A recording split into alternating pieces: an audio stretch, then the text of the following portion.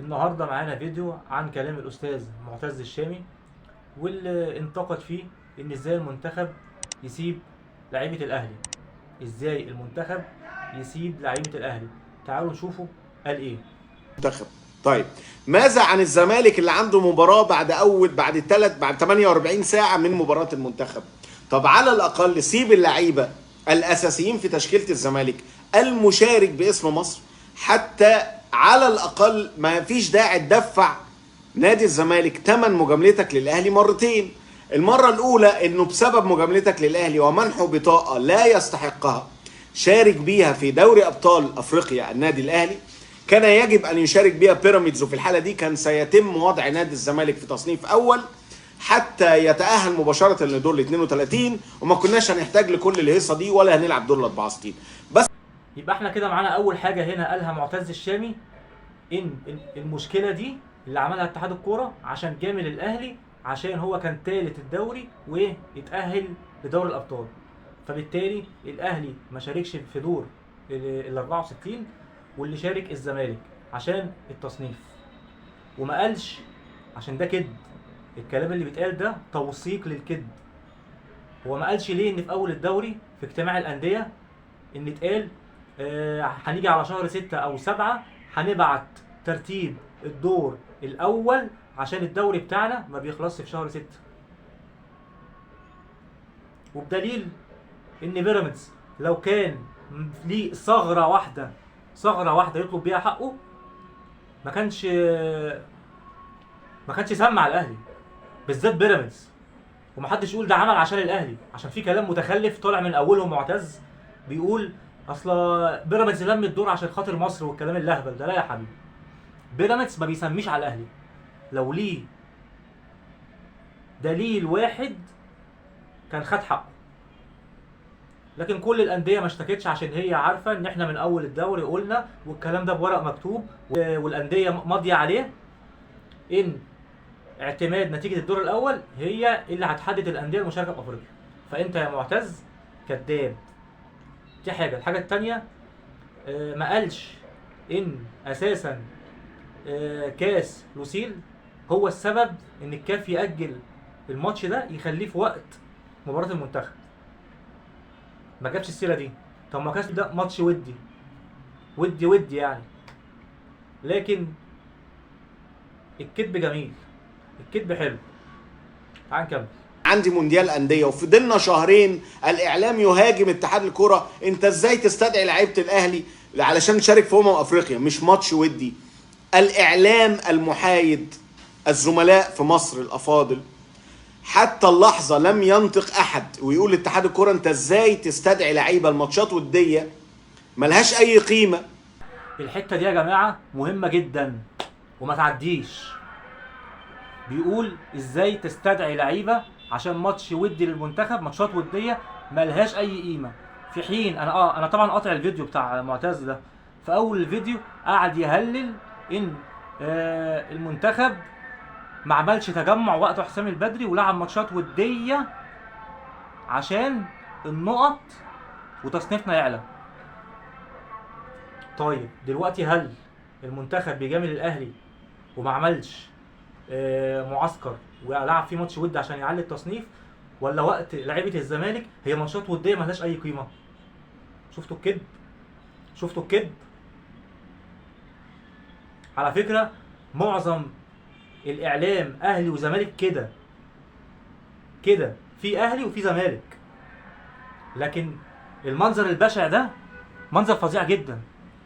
انتوا سمعتوا بودانكم بيقول ماتشات وديه ملهاش اي قيمه، في حين انتوا لو جبتوا الفيديو من الاول، انا طبعا مقطع الفيديو عشان عايز الحته بتاعت كلامه على لعيبه الزمالك بس، قعد يهلل ويقول الكوره جامل الاهلي ولغى المعسكر بتاع حسام البدري عشان الاهلي عنده ماتش في نص النهائي. طب هي يعني انت اللي بتسمع اعقلها، هو بيقول ملهاش اي قيمه الماتشات الوديه، وفي نفس الفيديو بيقول المنتخب جامل الاهلي وما عملش ماتشات وديه عشان يعلي تصنيفه عشان ما يقابلش السنغال.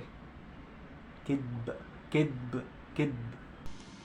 ونفس الفريق اللي بتستدعي منه عنده ماتش مهم رسمي في بطوله ممكن يطلع منها. الاعلام ما اتكلمش، بس الاعلام اتكلم لما الاتحاد خد لعيبه الاهلي وعايز يشارك بيهم في افريقيا، مش في ماتش ودي، في افريقيا، قال لا الاهلي وهيلعب ازاي في مونديال الانديه. طب انا هعمل ايه في دور ال 64 في لقاء العوده كزمالك؟ مش عايز يقول ان سبب مباراة الدور ال 64 كاس لوسيل. كاس لوسيل الماتش الودي.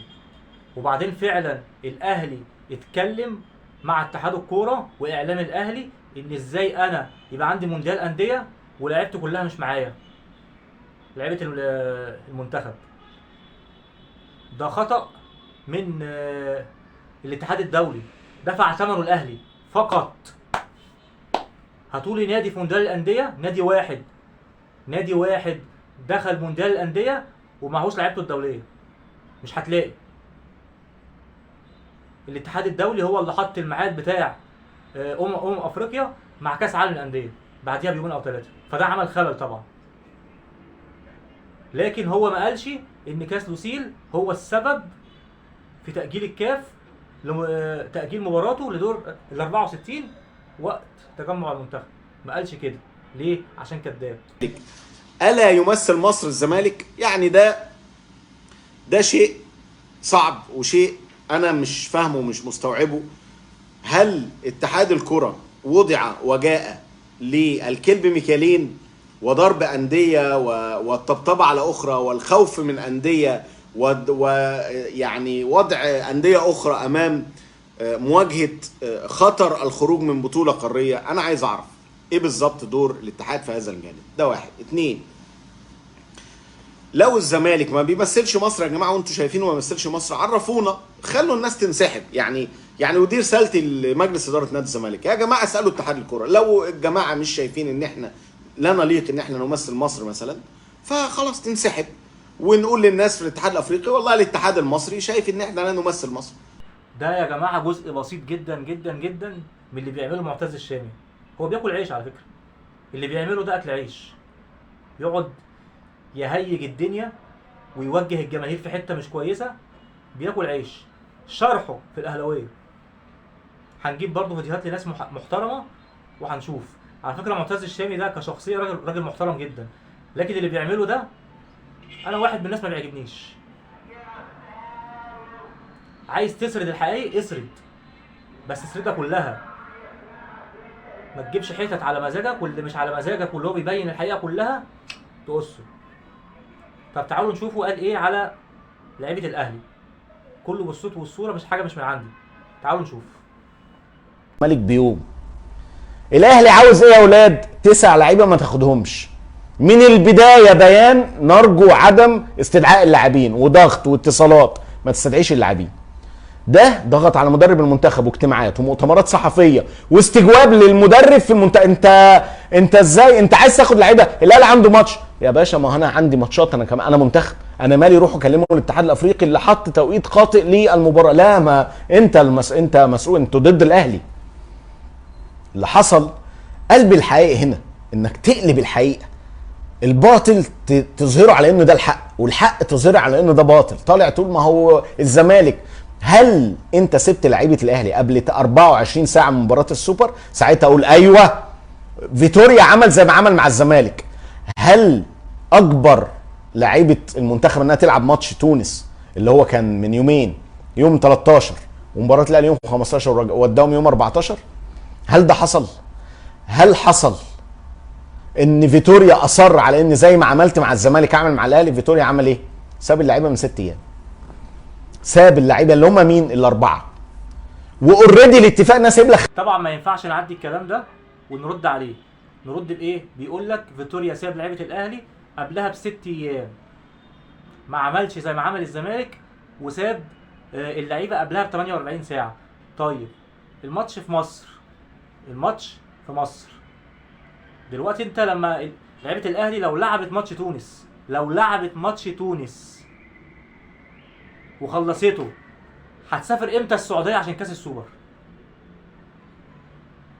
انما انت لعيبه الزمالك الماتش كان في مصر والماتش التاني كان في مصر، سواء منتخب او دور ال 64.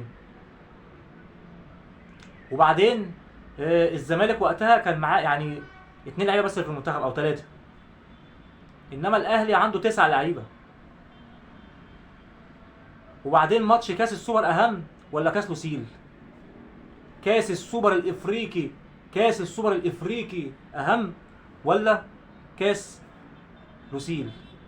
5 واخد 4، سايب لك 5 دوليين ما استدعيتهمش. ادينا 4 العب بيهم الماتشين اللي هو نظام ايه؟ ادينا 4 استر بيهم نفسي. لا ما تاخدهمش. طب العب ماتش اثيوبيا اللي هو يعتبر تمرينه بالنسبه للمنتخب، هات بقى يا باشا اللعيبه. رجعوا اللعيبه للمنتخب. كابتن احمد طالع بيساوي اللي راح، اللي ترك لعيبه قبل ماتش مهم، قبل الماتش وقبل المباراه بتاعت النادي ب6 ايام. يا سيدي قول 5 ايام، 5 ايام قبل المباراه بتاعت النادي. كم؟ هم قبل كده هم 6 ايام، 5 ايام قبل المباراه بتاعت النادي. طبعا بدون كلام كتير، انتوا شفتوا الفرق. هنا بيقول لك ماتشات وديه ملهاش اي قيمه، وهنا المنتخب بيجامل الاهلي.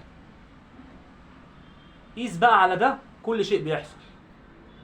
لكن انا شاورت على معتز من زمان وقلت عليه هو بياكل عيش، ما بيقولش الحقائق. في موضوع كهربا ده قال 100 قول، 100 قول قالوا، وفي الاخر كهربا لعب سنه كامله وبقى هداف دوري ابطال افريقيا. قال لك مش هيلعب دوري ابطال افريقيا، ده لعب وكان الهداف بتاع الفرقه وجاب اهداف مهمه جدا جابت البطوله للاهلي. فطبعا ده العادي يا جماعه بتاع الاعلام. لكن انت كواحد مشجع المفروض طالما معاك النت اللي تسمع بيه معتز وغيره، معاك النت تدور بيه على الحقيقه، دور بيه على الحقيقه. طبعا ده كان فيديو صغير كده على الماشي بتبين فيه بس حقيقة الناس، وهنجيب برضو فيديو اخوه نفس القصه لاعلام الاهلي، في برضو نفس الحوارات، في نفس القصص برضو. محدش سالك يا جماعه في المجال ده، المجال ده محدش سالك فيه. الناس السالكه الوحيده اللي المفروض تبقى سالكه الجمهور، لكن الجمهور بيضحك عليه من الناس اللي زي معتز. شكرا.